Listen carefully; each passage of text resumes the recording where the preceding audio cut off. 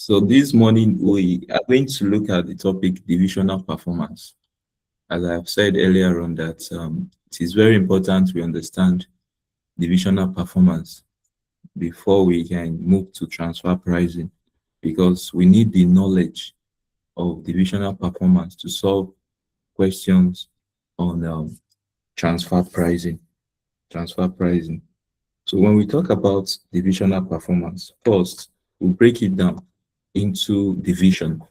Yes, it is division that leads to divisional performance. So some organizations operate in a very complex way, and in order for everybody in the organization to be carried along, the organization is being divisionalized, that is into departments, so that there will be optimal performance of the various units in the organization. Now, each division is being headed by a manager.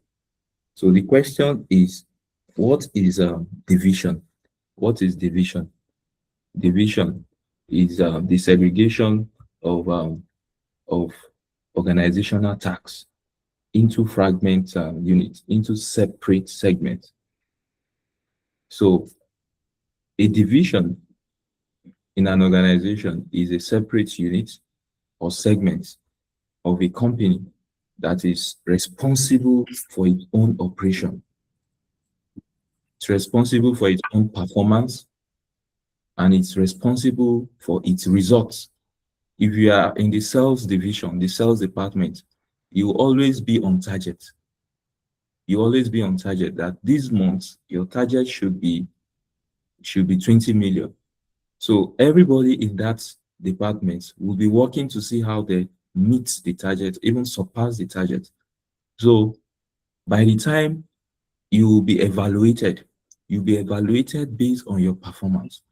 Now, your manager, the manager of that department, will have to give a brief, maybe at the end of the month, beginning of the new month, how you've performed, what are the challenges, what are the KPIs that you need to look out for.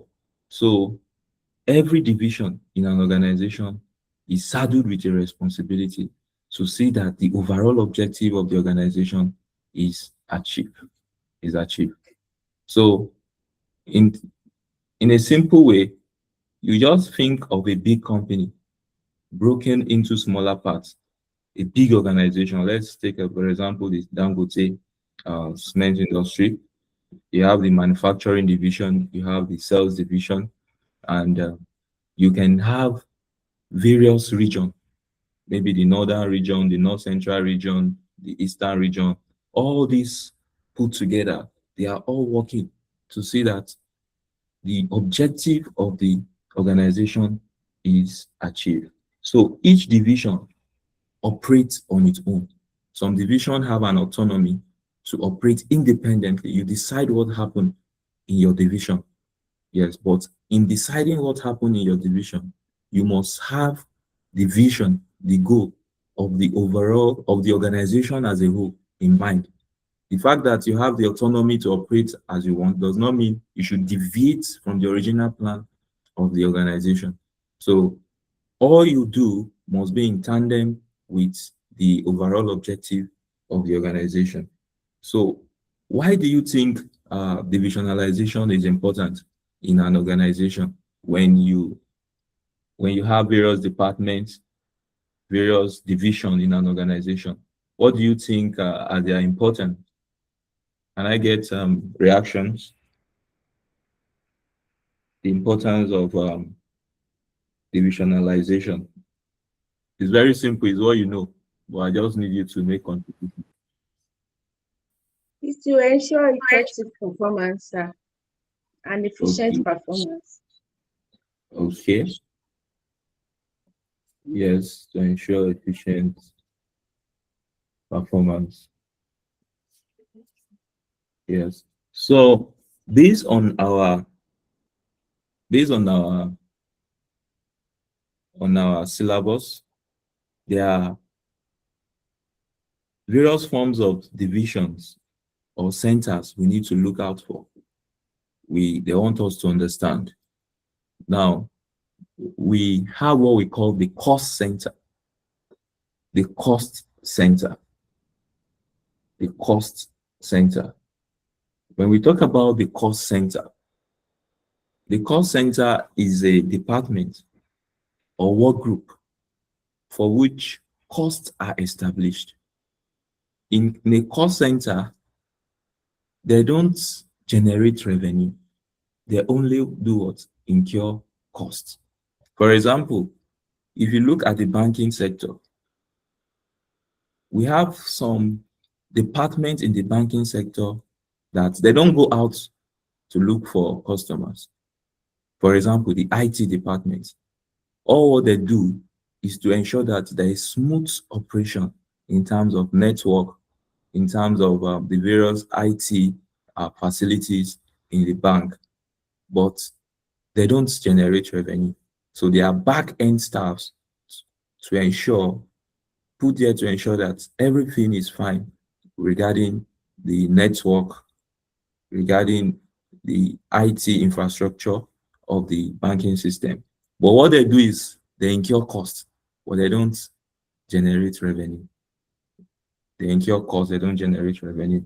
For example, in a factory, a group of machines might be a cost center likewise. They only incur cost, maintenance cost, but they don't generate revenue. But they are also important for the organization to operate well. So the cost of operating the machines will be seen as cost, as costs as will be established, and the cost could be calculated for each unit of the product. So cost center, they don't generate revenue. So if you want to measure the performance of the IT section in your organization, you won't use gross profit margin to measure their performance.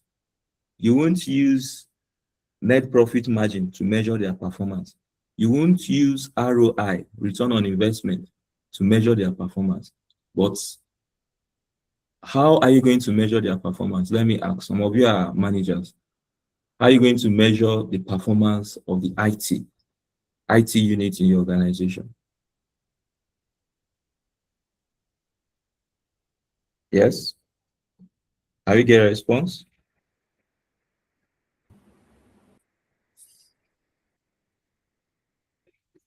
Are we going to measure the IT performance, monthly performance? It can be measured based on their proactivity to issues within the organization. Their proactiveness. Yes.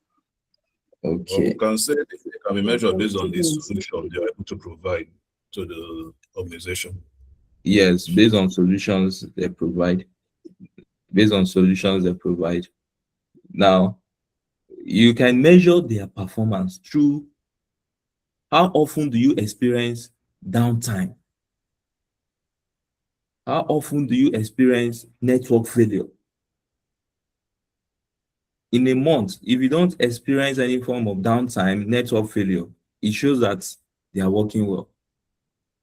So their performance might not be measured through financial metrics, but through non-financial parameters, such as how well our customers, what is the feedback from your customers regarding the internet service? When you try to use the bank app, how often do you smoothly run your bank app without any itches? So when you get feedback from customers, you can use that to evaluate the performance of your IT department, So the cost center, what they do is that they incur costs, but there is no measurement of revenue or profit regarding the cost center. So also we have the profit center. The profit center. What they do is that they incur costs and revenue, because for you to make profit, you must give out. You must give out some finance, some resource It is when you give out resources that money will come to you. So cost center incur costs and also generate revenue. So if you want to evaluate the performance of a cost center, you can evaluate their performance based on the revenue they generated and how well they are able to minimize cost.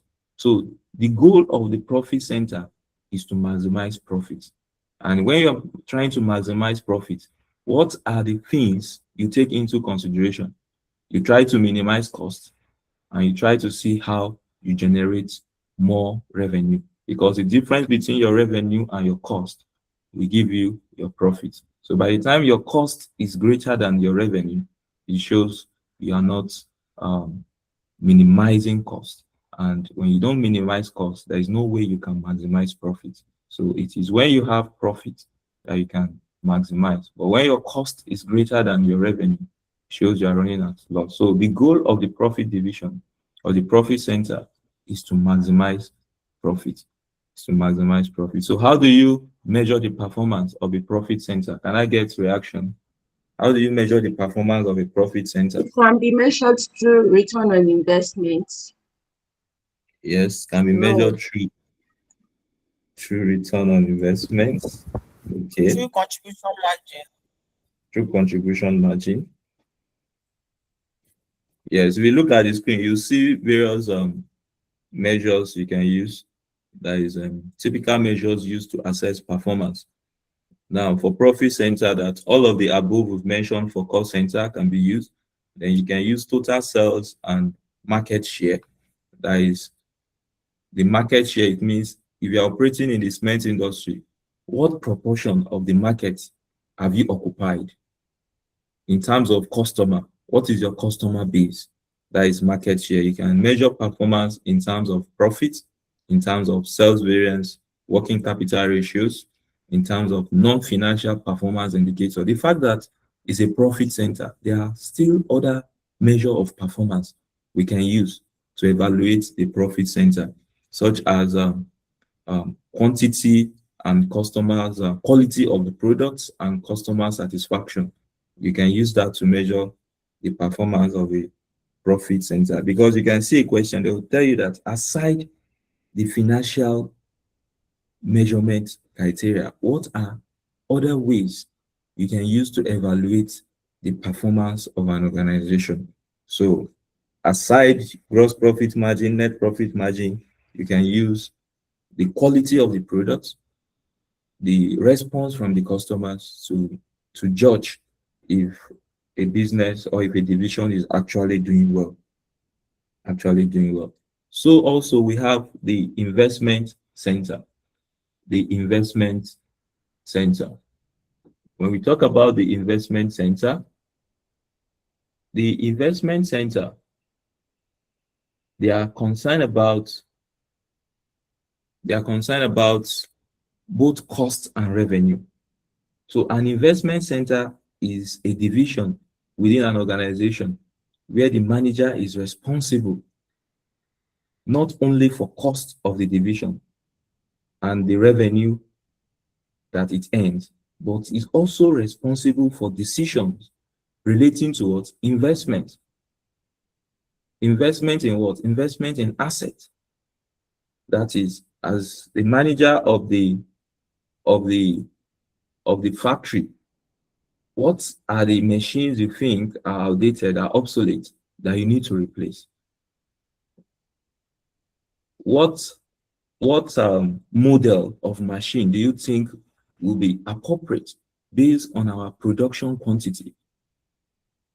So this is what the investment center does, that aside cost, aside looking at revenue, they also plan on investment. So an investment center manager usually has authority to purchase new assets, such as items of plant and or equipment, and so should be responsible for the profit or return that the division makes. So as a division manager, everything within your purview, within your division, you'll be answerable to it. If the division is making a loss, you explain why the division is making a loss. You're making a profit, you explain the idea behind the profit and how you think you can do better in terms of making profit. So each of these centers have head. They have head, like the divisional manager, who watch and supervise what happens within that division, within that division. In some instances also, you can have revenue centers. You can have revenue centers.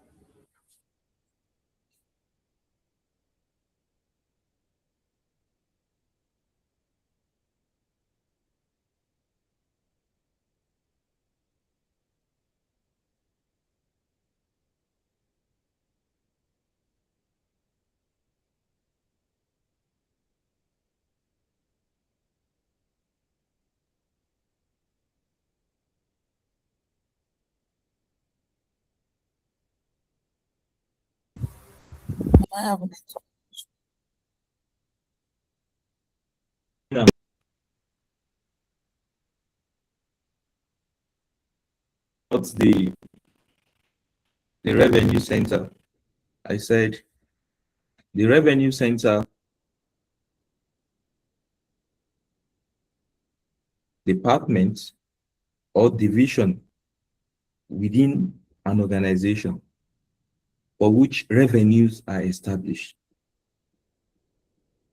Sorry, I'm just trying to let me stabilize, see how I stabilize my network. So in a revenue center, there is no measurement of cost. Revenue center manager need to have information relating to revenues and will be accountable for revenues only. That is the function of a revenue center, So in an organization, let's look at the bank. Which department in the bank do you think will be solely concerned about revenue? Or let's look at let's take a look at the health sector. The health sector in the hospital, who is solely concerned about revenue in the hospital? It's the revenue division of the hospital under finance and account department. Okay, under finance and account, because the work of an accountant in the hospital,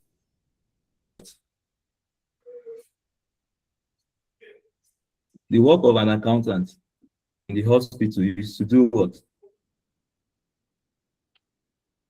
Is to control record incomes, isn't it?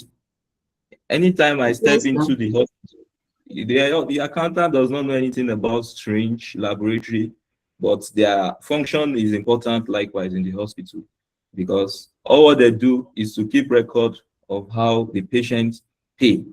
Yes, how the patients pay. So, and if there's any donation from maybe NGOs to the hospitals, they keep record of such funding and how the funds are being used. So that is one thing the revenue center does. None of their business with the purchasing, the cost, but they are solely concerned about revenue, that is income. So you can have cost center, take notes, you can have profit center, you can have investment center, and you can have revenue center. So these are just literatures to portray the concept of divisional performance.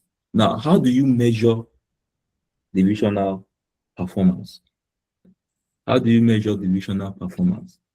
We measure performance based on return on investment. Return on investment.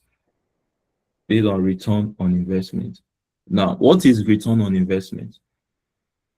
What is return on investment? Just don't cram it from the word return on investment. Say something about it. This is Yep. I would say, The profit generated from the investment. Okay. The profit generated from the investment. Yeah, somebody want to say something, Mr. Ejike? yeah, the returns or the money you gain or you recoup from the total capital invested. Okay, fine.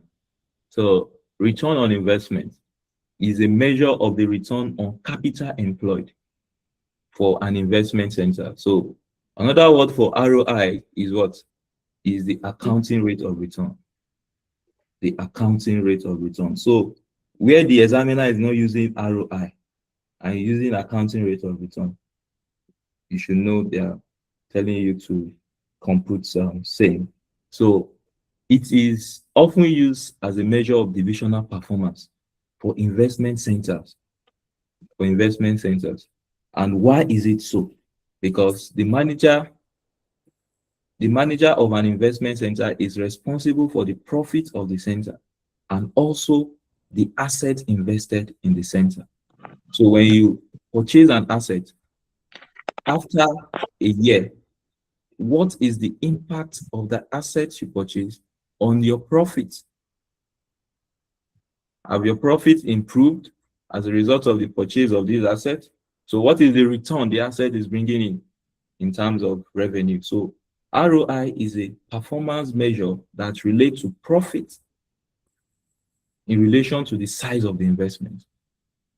If you invest in an asset that should generate 1 million in a year, and in the actual sense, the asset is not generating 1 million, but generating 500,000, it means something is happening. It's either there is underutilization of the asset, or it's either the asset is not being put into proper use. And that is why we have to compute return on investment. Because by the time you reflect back, for those of you doing FM, when you talk about investment appraisal, before you purchase an asset, before you invest in an asset, you should look, is it worthwhile? Using your investment appraisal techniques such as MPV, such as internal rate of return, to see if it is worthwhile to invest in that particular asset. So ROI is a measure of performance used to measure return on investment with particular reference to the investment center. So how do you compute ROI? This is it on the screen. ROI is controllable profits divided by what? Capital employed multiplied by 100. Controllable profits divided by capital employed multiplied by 100. In the notes on the screen, I define what controllable profit is. That controllable profit is usually taken after what? Depreciation, but before tax. But most times the question will not define it clearly, might not state this is controllable profit. And what is this controllable profit? Controllable profit, they are profits that you as a manager, you have control over. That is, you can determine, or can be traceable to you, that this profit based on investment center, this is our own portion of profit. So by the time you want to compute ROI, the profits related to the investment center is what you use. But if you look at the screen, that in the exam, you may not be given this profit figure. So you should use the profit figure that is closest to this. So assume the profit is controllable unless told otherwise. So if you check most questions, they will not definitely or clearly put it that this is controllable profit. So the profit given in the question is what you use to compute your ROI. So how do you determine your capital employed? How do you determine your capital employed? In a question, what is capital employed? Capital employed. Current total assets Total minus assets current. Total assets minus minus current current liability. liability. Okay, total assets minus current liability. So let me ask, how do you determine working capital? Working capital is current assets minus current liability. Okay, okay, all right. So that is it. So now, if you look at the screen, that non-current asset might be valued at cost, net replacement cost, or net book value. So the value of asset employed would be either an average value for the period as a whole or value as at the end of the period. So an average value for the period is preferable, but however, in the exam, you should use whatever figure is given to you. So your non-current asset is, or your capital employed is what? Is your total assets minus what? Minus your current assets, minus the current liability rather. Current liability. So let's take note of this. When you're asked to compute ROI, for example, looking at this question, that an investment center has reported a profit of what? $28,000. It has the following assets and liabilities. Non-current assets at net book value is 100,000. Inventory is 20,000. Trade receivables is 30,000. When you add inventory and trade receivable, the total current asset is what? It's 50,000. Your trade payables is what? Is 8,000. That is current liability. So 50 minus 8,000, you have 42. You have 42. That is current asset minus current liability. You have 42. So your non-current asset, which is 100 plus 42, will give you that total of 142. The question is, calculate the ROI for the division. State any additional information that will be useful when calculating the ROI. So looking at this, can we compute our ROI? Write the formula down in your book, the formula to compute.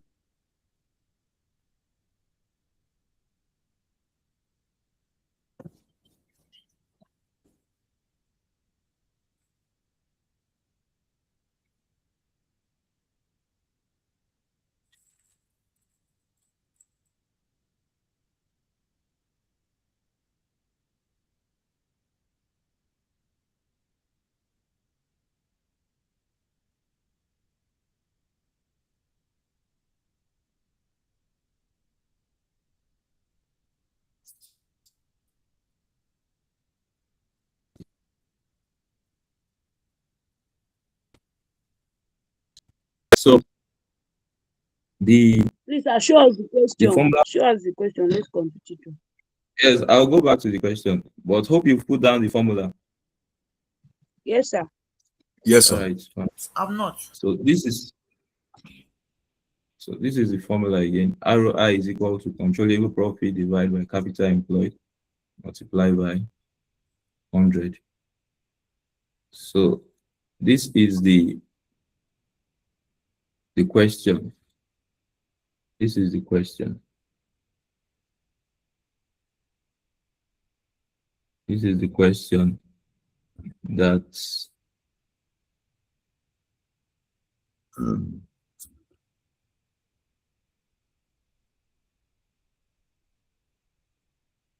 we have an investment center and it has reported a profit of 28,000. And it means our profit is what? Controllable profit will be 28,000. What will be our capital employed? Our capital employed will be what?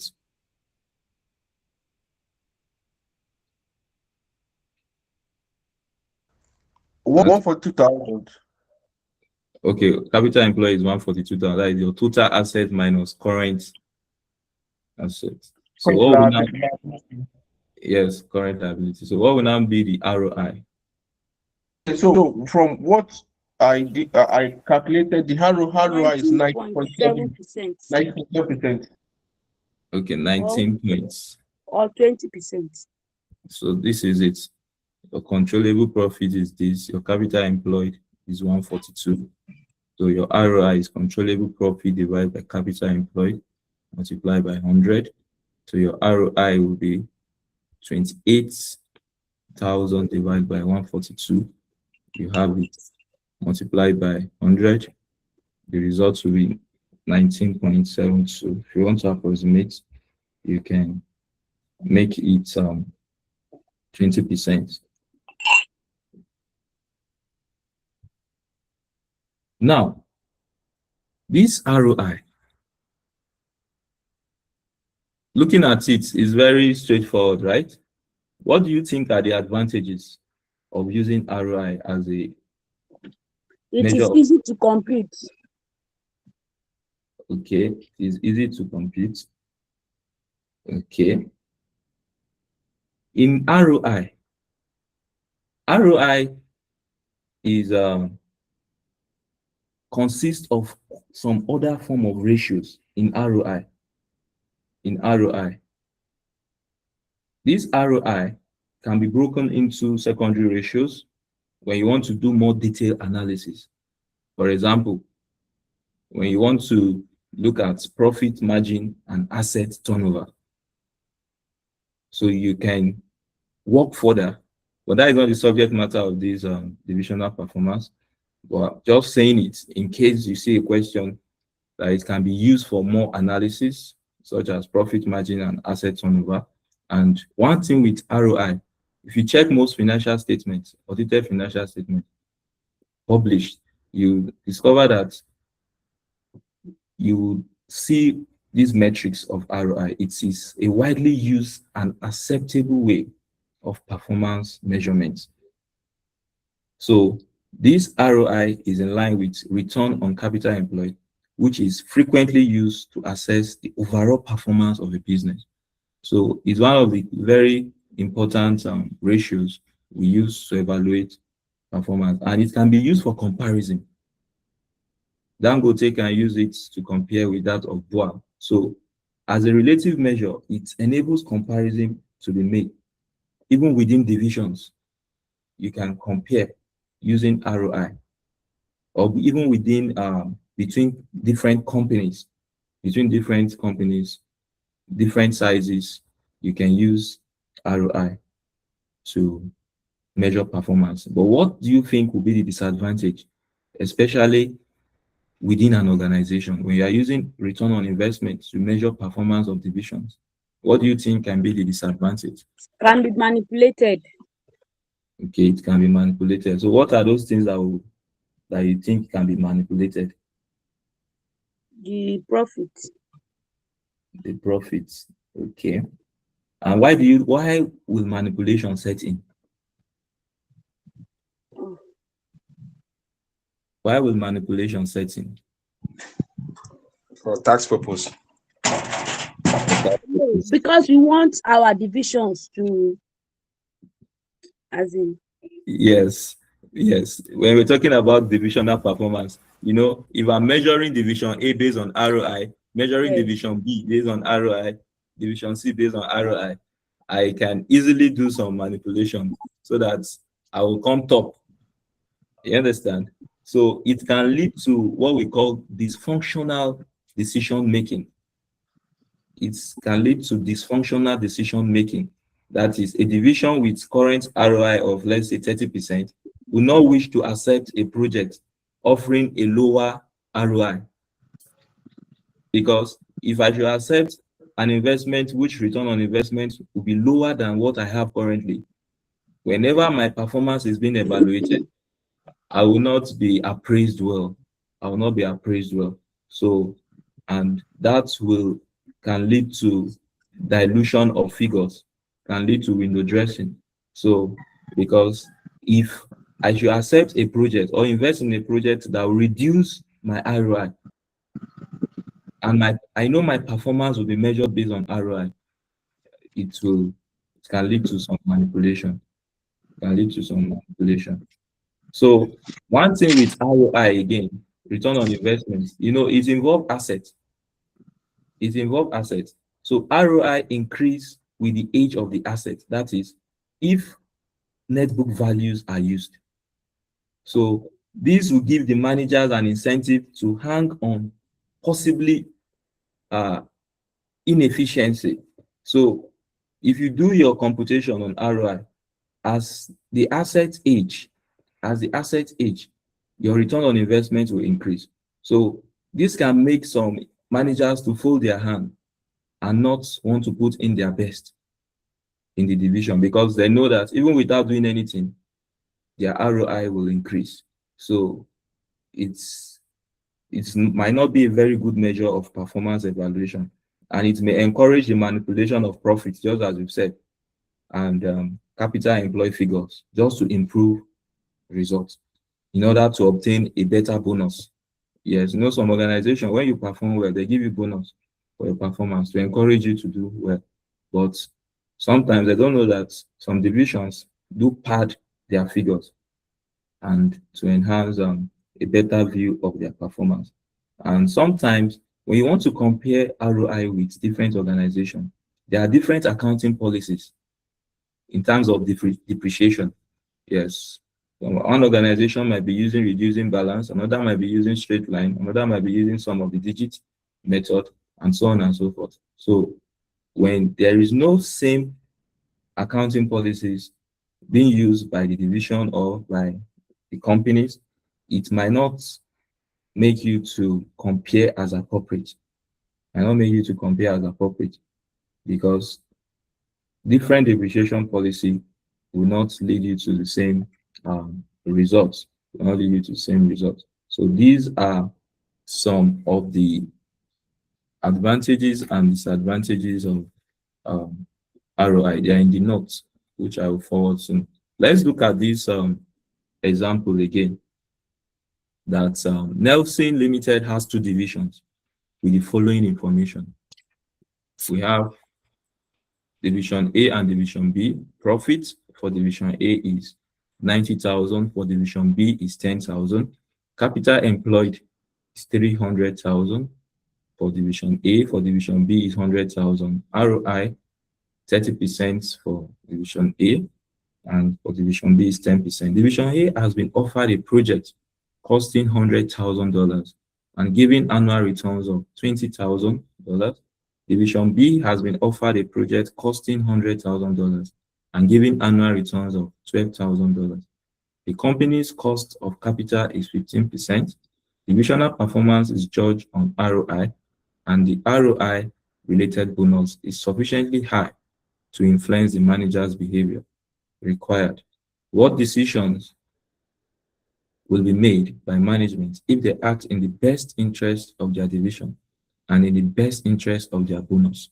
What should the managers do if they act in the best interest of the company as a whole? This is the question. Can you read again on your own and think of what to do? What do you think you do?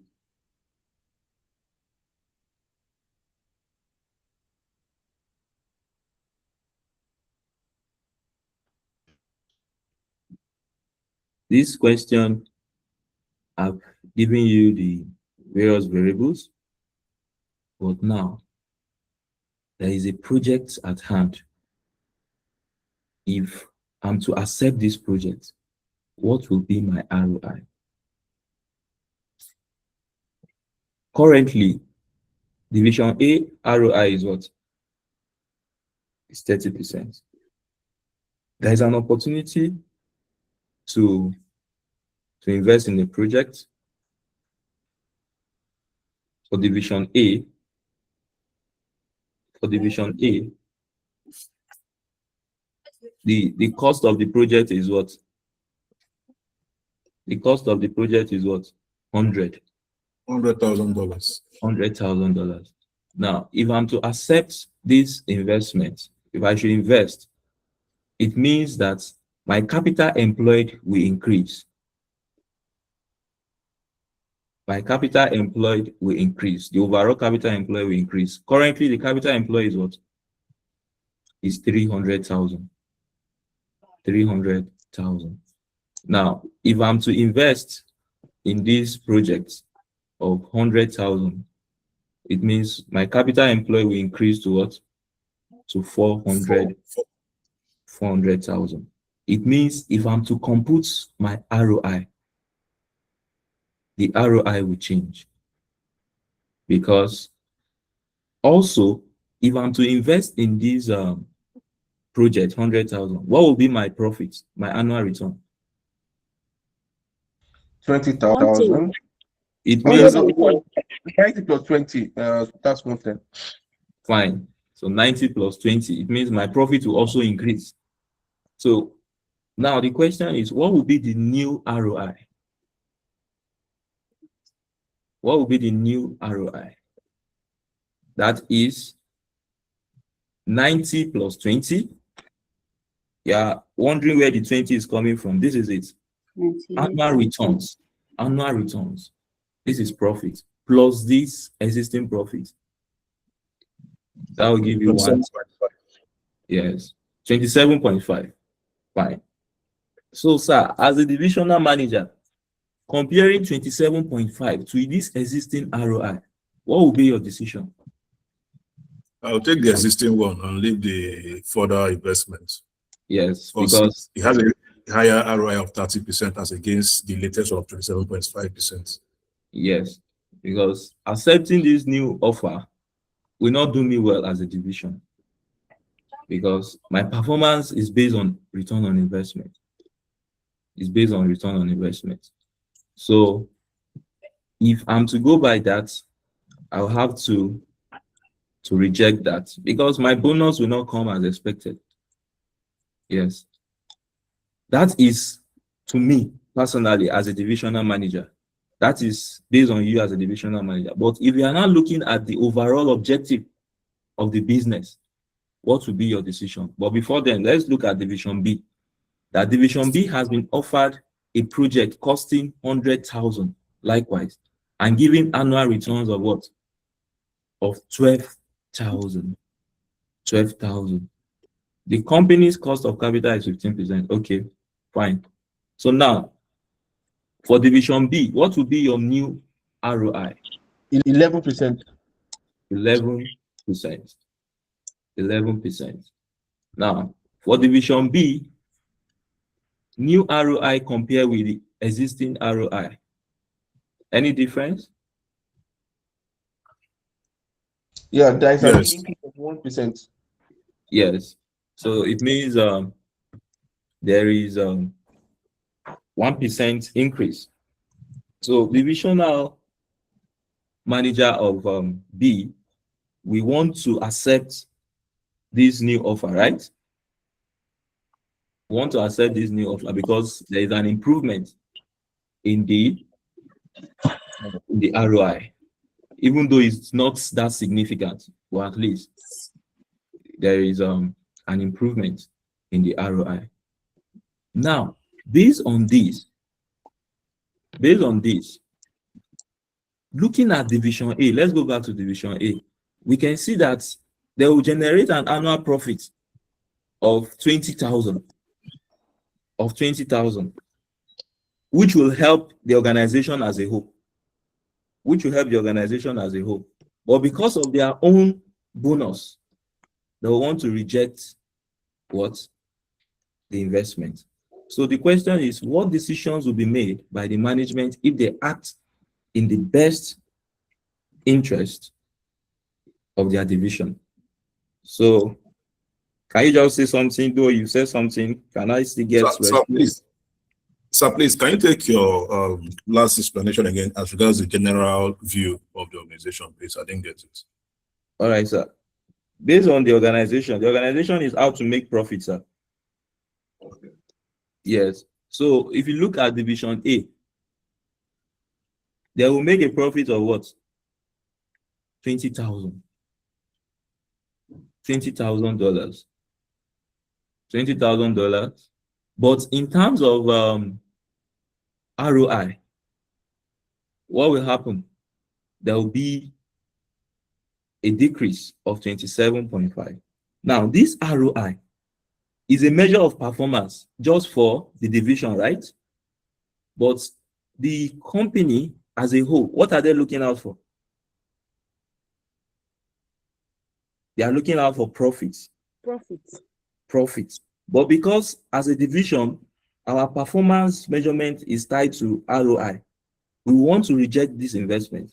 Well, if we are to act on the overall objective of the organization, what are we going to do? Is to accept it. Is to accept. Because there will be profits even when we invest in this business.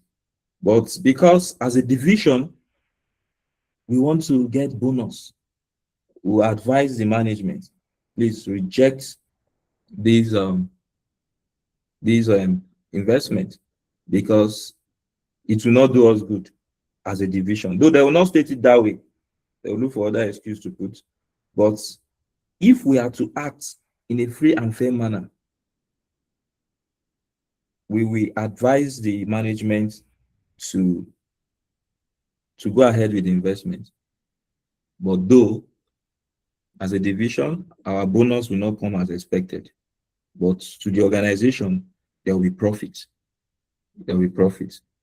So that what should the managers do if they act in the best interest of the company as a whole? That is what I've just explained. But I don't know if this is clear. Is this clear? Yes.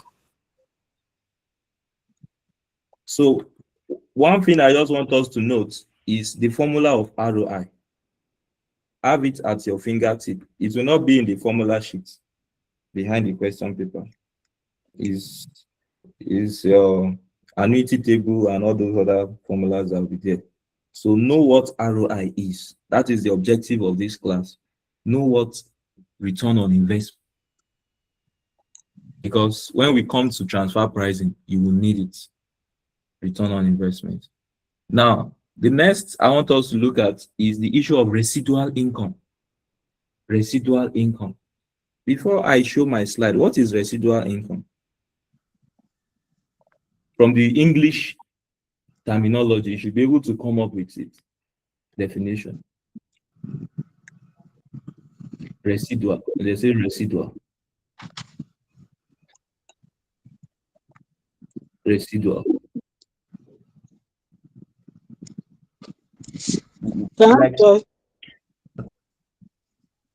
Yes. Residual income, when we are calculating it, we use is calculated by deducting an amount for inputted interest. Yes. That is the notional interest from the accounting profit. Okay, that is very good. You studied this ahead, man. So that is just it. Now, when you look at ROI, return on investment, you see return on investment is a measure of percentage. Is a measure of percentage. But when we look at residual income has to do with cash. With cash. Residual income has to do with cash. So residual income is another way of measuring the performance of an investment center. So it is an alternative to using ROI. So when you want to measure residual income, you look at your profits. Let's go there. You look at your profits, your controllable profits. Then you less your notional interest.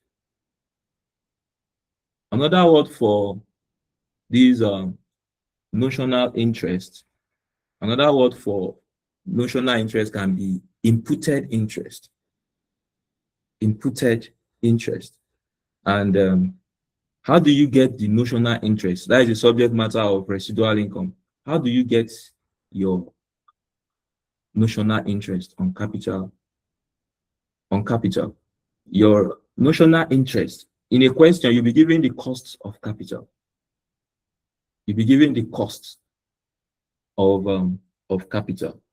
So for you to get your notional interest, it will be what I think is in the notes, that controllable profit is calculated same way as for ROI. The notional interest on capital is what? The capital employed in the division multiplied by what? By a notional cost of capital or interest rate. So in the question, you'll be given the cost of capital, you'll be given the interest rate. So for you to get your notional interest or implicit cost, it's just for you to know what your capital employed is. Then you multiply the cost of capital given in the question by the capital employed. Then you get the notional interest on capital. So the difference between controllable profits and the notional interest on capital will give you what we call the residual income. The residual income. The residual income. So based on the note, I said the selected cost of capital will be the company's average cost of funds. However, other interest rates might be selected, such as the current cost of borrowing or target ROI, depending. So you should use whatever rate is given in the exams.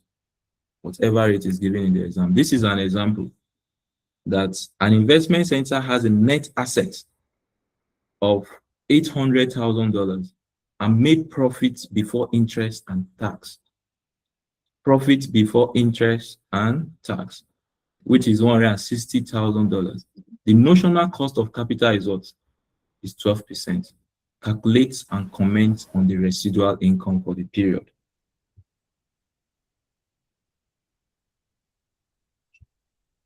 So looking at this question, coming back here, hope you have this formula in your book. RI, residual income, equal to controllable profits minus notional interest on capital. Do we have it? Yes, sir. Fine. Let's come back to this question now. Now, if you have that formula in your book, for you to get your residual income, what do you need?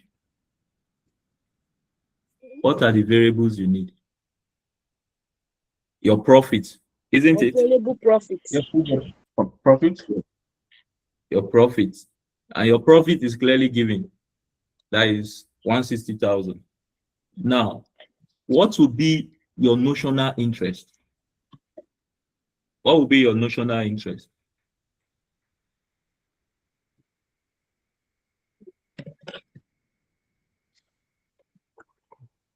The notional interest will be on what value?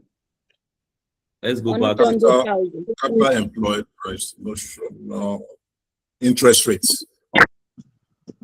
Yes. So based on this now, what is the 96,000.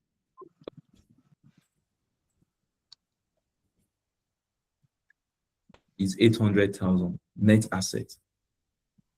Net asset 800,000. So please take note. In some questions, they will not give you capital.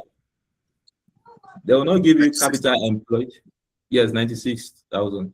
They will not tell you capital employed. They will just give you the value of assets or investment.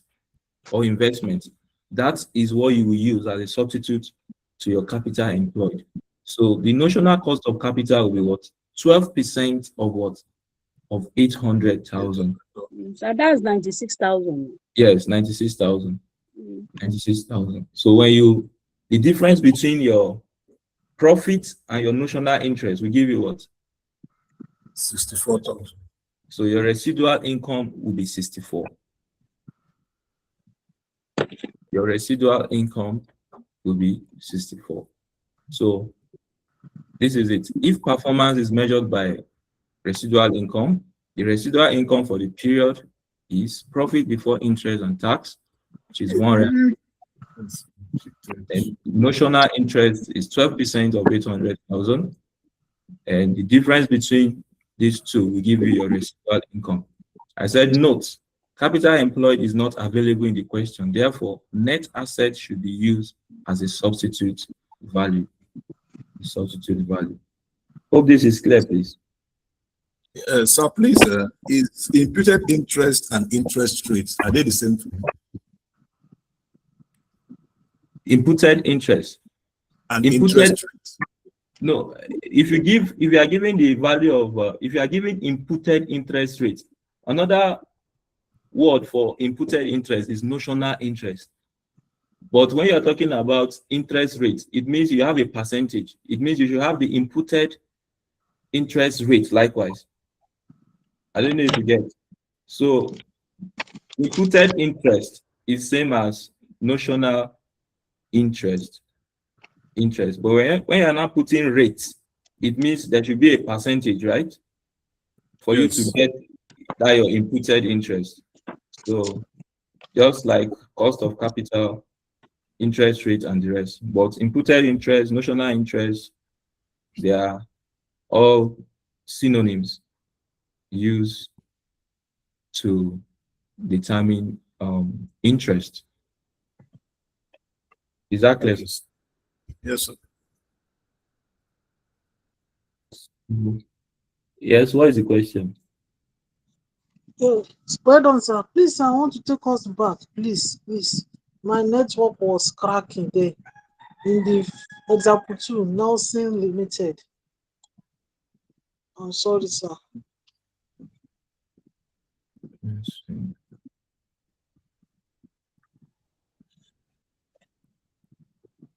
Okay, ma'am.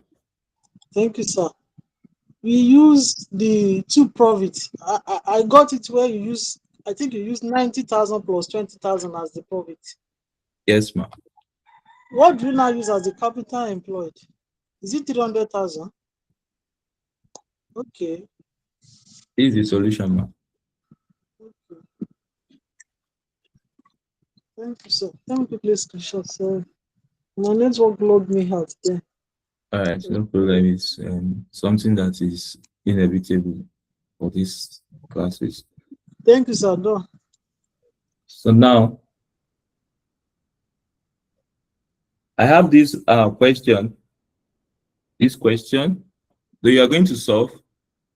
You're going to solve, but let me go to the question I forwarded to the platform. You are going to solve that question. I'm not going to solve it. But I just want us to evaluate what the question wants us to do. You can see me, I have the solution already since I've solved it over diet. So, but I want you to go and attempt it based on this little knowledge we have. But let me open to the question. I don't have it on my slide. So that we analyze, we look at it together, then you go and solve. That is what the exam wants us to do. Let's see. Now, the question number 7, I don't even know the year again, that define the following concepts. Responsibility accounting. Responsibility accounting. What is responsibility accounting? Responsibility accounting. What is responsibility accounting? So don't play with some literatures.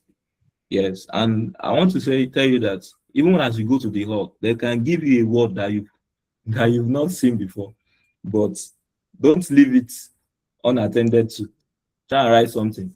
So when we talk about responsibility accounting, it's a system of accounting that assigns responsibility for costs and revenues to specific managers or divisions. It means you are responsible for this. You are responsible for this. So come and give accounts of that thing you are responsible for. So who is responsible? Again, please. Okay, that's responsibility accounting is a system of accounting that assigns responsibility for costs and revenues to specific managers or divisions. Specific managers or division. So this responsibility accounting is a system that measures performance by holding managers accountable for the financial results they control. So that activity you are saddled with, give an account of it. give an account of it. That is responsibility account. It makes you to be upright. When you know you give an account of what you're doing, your actions, it makes you to be upright.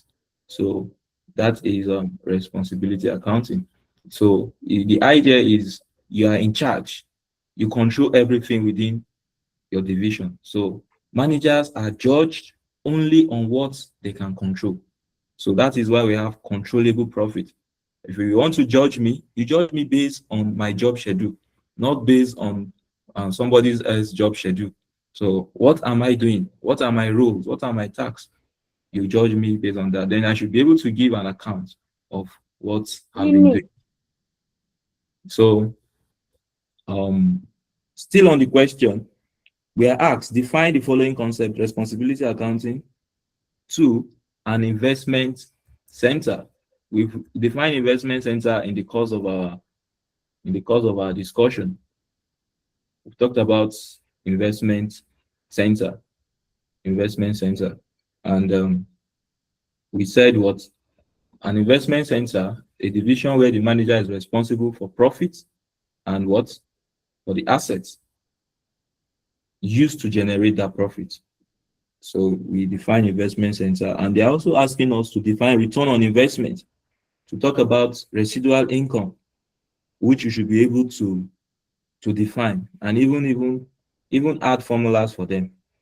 Yes. So the B part, which is what I'm most concerned about, that Ingerige and Sons Limited has 4 operating divisions. Please, hope you all have the question. It's on the WhatsApp platform. Do you have it, please? Yes, I do.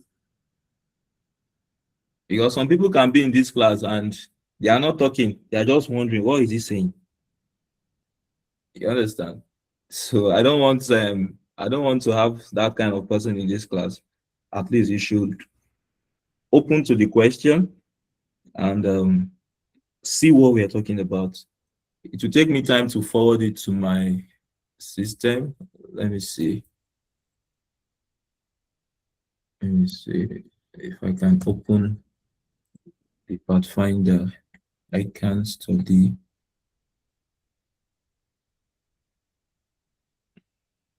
So in case you have it, see,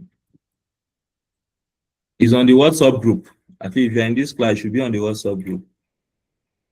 That the question reads us that Ingerige and Sons Limited has 4 operating divisions, which are spread in 4 cities in Nigeria: Lagos, Kano, Gombe, and Enugu. These divisions are treated as investment centers for the purpose of performance reporting. The following information is available. We have divisional investments for Lagos, Kano, Gombe, Enugu. The values are there: 10 million, 4 million, 3 million, 7 million. Divisional sales: 53 million, 23 million, 24 million 600,000, 29 million 400,000. Divisional variable cost, divisional fixed cost. Now, the company's annual fixed cost, which is apportioned to the division on the basis of sales, is what? 1,300,000. The cost of capital, can you put your question on the chat box, please? The cost of capital for Ingerige and Sons Limited is 7.5%. Ignore taxation. Okay, Blessing, let me forward it to BizNeed. I just discovered, but I forward the question to BizNeed. Blessing, what is your question? It's Let me not hear. on the it's not on the platform. It's on the platform. I check. Okay, let me check again. Yes, check. I forwarded it to both platforms at the same time. Message me so that I'll add you to my platform when we are through with the class. Let me send it again. It's on the platform. I can see it. Wow. Send it again. So the question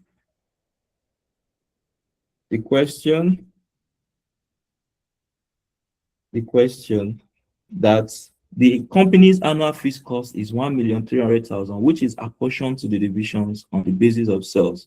The cost of capital for Ngirige and Sons Limited is 7.5. Ignore taxation. 1. Evaluate the performance of the division using ROI method, residual income method. Reevaluate the residual income situation of the company, given that the cost of capital is 10%. Now, looking at this question, talking about ROI, what is our formula for ROI? Return on investment.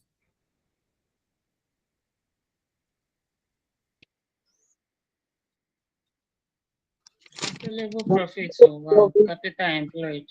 Controllable Controllable profits over capital Controllable employed. profit divided by capital employed multiplied by 100. Very good. Now, looking at the question, do you have profit? We No, have to yes, you have to calculate go it. for We it. work Don't it do out. that. Yes. You derive it. We use You can derive Very it. good. Very good. We derive our profit. So you have the variables required.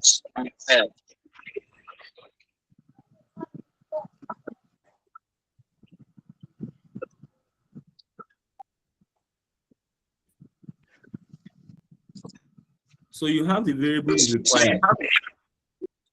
You have the variables required to determine your profit. Now, for you to determine profit, what will you do? Your sales, isn't it? yes, Less sir. variable. Less variable cost, Very good. Then less less fixed cost to get our profits. Take notes. There is a note you need to check there. We have two forms of fixed cost, isn't it? We have Yes, Yes. specific fixed cost associated with each division, which is clearly given. So, Now, we have another fixed cost. The company's annual fixed cost is 1,300,000, which is apportioned to the division on the basis of sales. On the basis of sales. So for you to get the portion of each division, what will you do? This is a simple math. What will you do?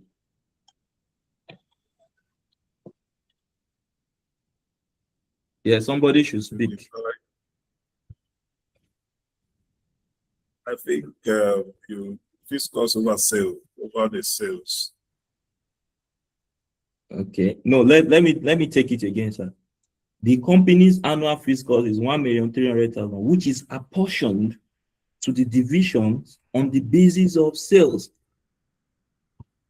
You know, when we are doing departmental accounts those days, and you have department A, and you say apportion floor area expense based on the basis of their sales, on the basis of the area occupied. That is the concept here. All right, ma'am. I think we are going to add some of the cells, this was yes. cells of all the Lagos, Kano, Gombe, and Enugu. We have the total of it. Then we now do 50 million,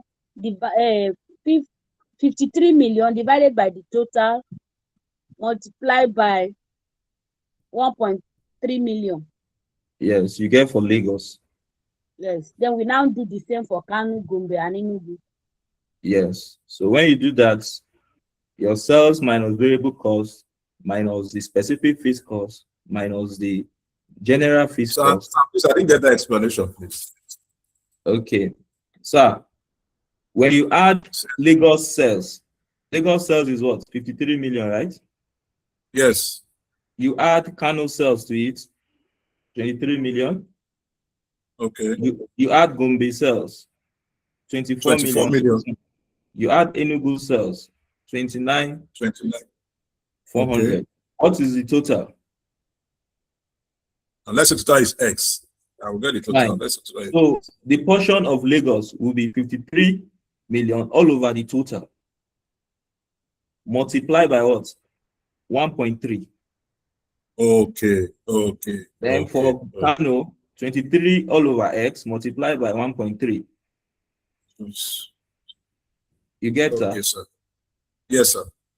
So that is what we are expected to do at that point.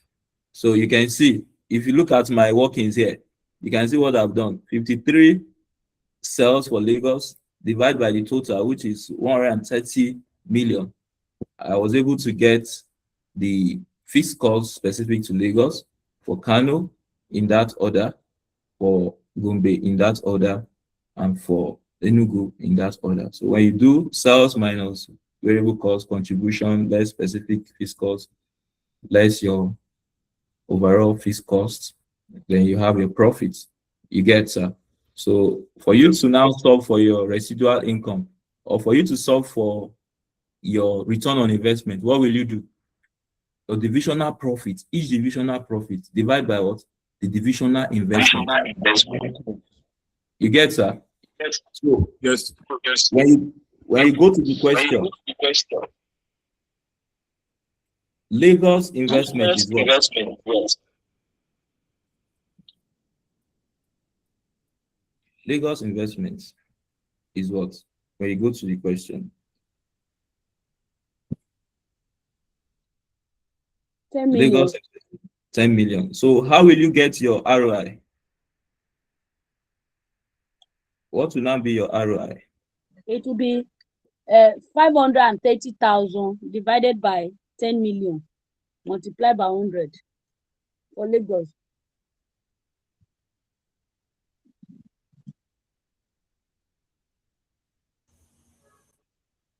Your profits, though you've not solved it anyway, so you will not get your profit. This is your profit. I've done it. 970 divided by what?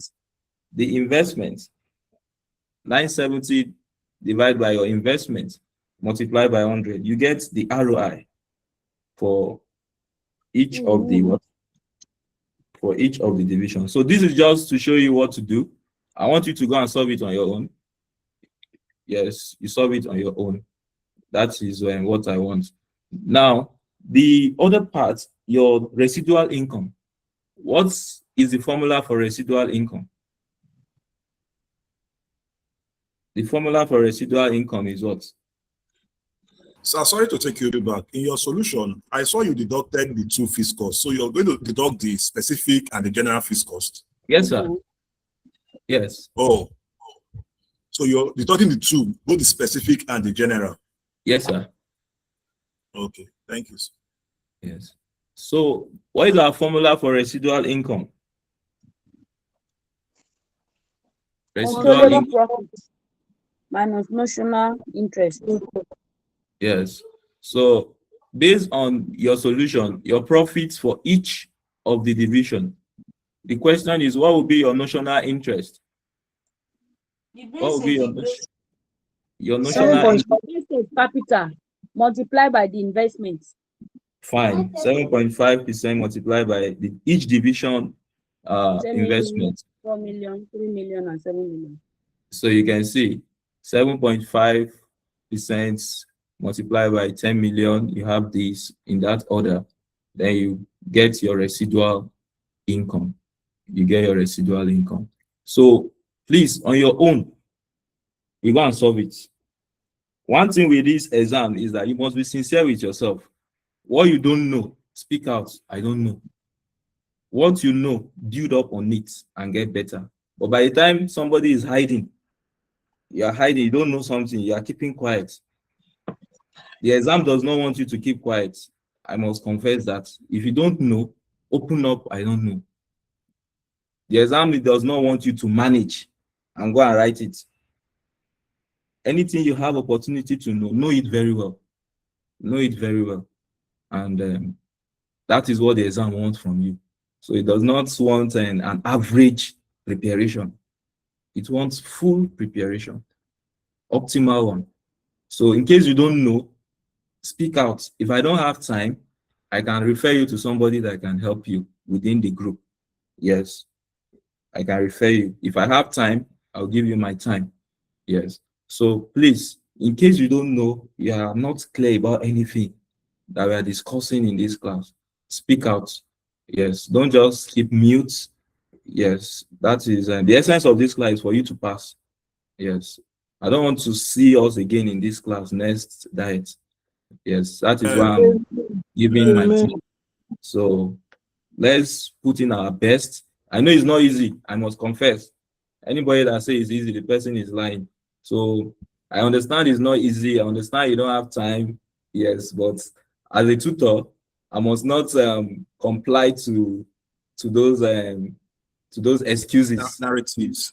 Yes, I must pretend as if I don't know and push you till we So achieve our goal. thank God you mentioned you're pretending like you don't know. Thank God you know. So I have to pretend as if Of the truth, it's not easy.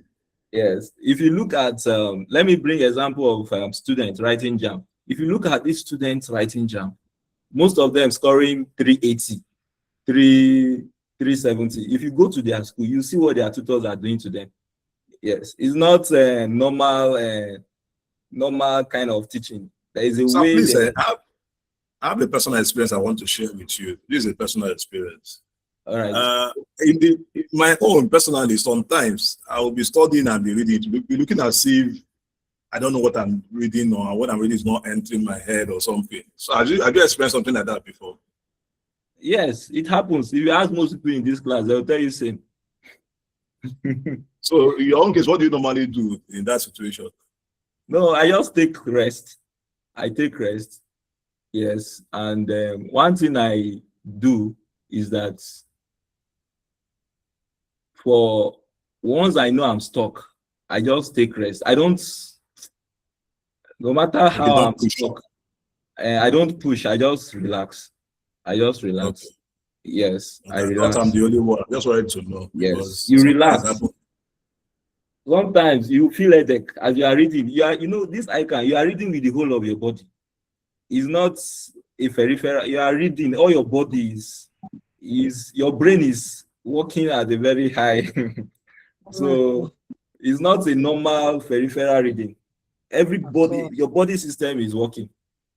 So that is sometimes when students are going to the halls, they are feeling feverish because the whole system is is at work. Tension is there, everything is there. So anxiety and the likes. Yes. So, but now that the exam is not yet very close, do all you can and study. So when the exam comes, it's just for you to revise and see how you put your house in order. Exam is 2 weeks. You see some people to even press calculator, annuity table, they cannot press. You understand? They will begin to message, how do you get annuity? How do you? So now, just see how you put your house in order. Once you are tired, go and sleep. Wake up and come back to it again. Once I'm tired, I just go to sleep, rest, and midnight, I come back to my book again. So that is it. But I must not always give room for excuse that I'm busy, I'm doing that. This exam, Court Owambe, wedding, if it's not your sister's wedding, sit at home. Wedding will always come. If it is not your close acquaintance program, sit at home, please. But go to church, go to mosque. It's very important. So, class, solve that question. I will forward another question before evening so that you solve. I might not come up in the evening. Yes, I also need to take some rest so that I will not break down.